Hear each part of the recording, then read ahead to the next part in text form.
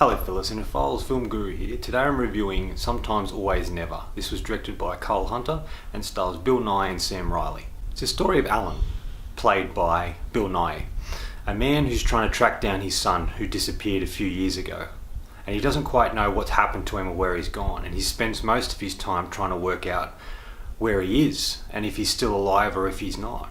And it really looks at the relationship between him and the other son that he has and his son's family. And ultimately looks at his obsession with trying to find his son and trying to find out what happened to him. And this is sort of what propels the story forward. And these two join together to try and track down his other son. A big part of their relationship revolves around words and Scrabble. And Scrabble is very important to Alan and was very important to both of his sons. And he uses this as a way to connect again with his other son and his grandson as well.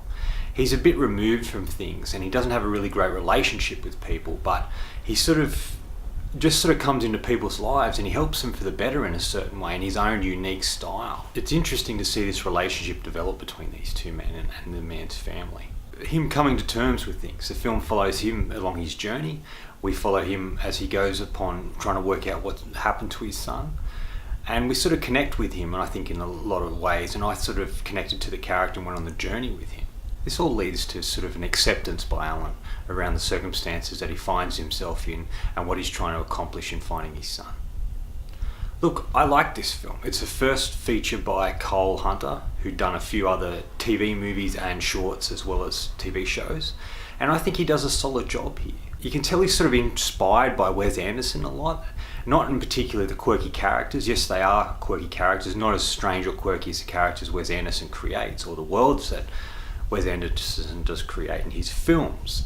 But it's just in the camera work, the way there's tracking shots, there's pictures that pop up, just the sort of style that Wes Anderson has. It seems Cole Hunter sort of copied a bit of that.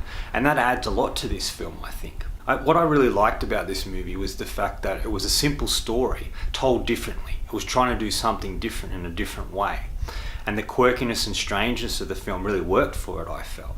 There's particular scenes that take place with either one single character or two characters having a conversation.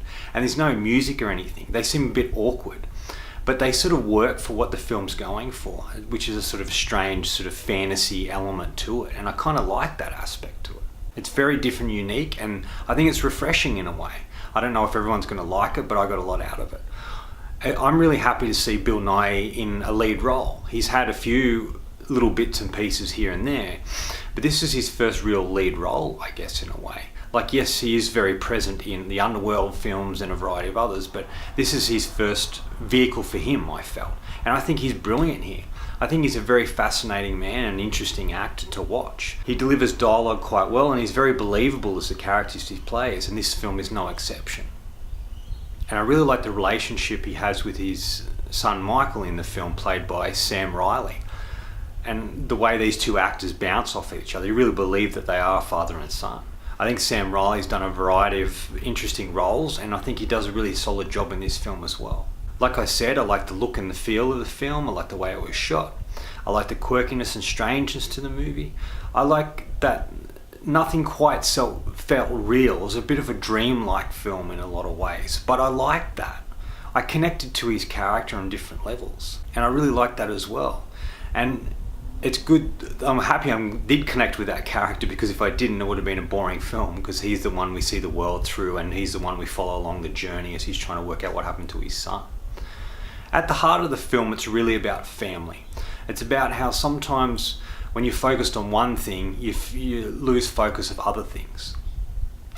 And Alan is really focused on trying to find his son, has been so driven by that and so consumed by that he hasn't spent a lot of time with his other son.